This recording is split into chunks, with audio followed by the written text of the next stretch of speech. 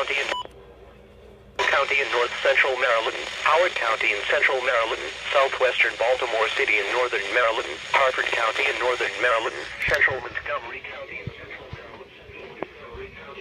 Maryland, eastern Frederick County in north central Maryland, northern Fairfax County in northern Virginia, eastern Loudoun County in northern Virginia, until 6:45 p.m. At 5:45 p.m., Doppler radar indicated a line of severe thunderstorms capable of producing damaging winds in excess of 60 miles per hour. These storms were moving northeast at 60 miles per hour.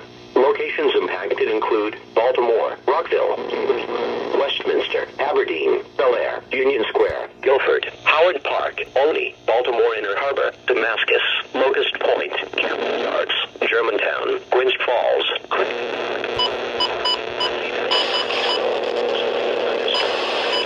winds, deadly lightning, and very heavy rain. For your protection, move to an interior room on the lowest floor. Do not drive into areas where water covers the road. Unfortunately, water remains in effect.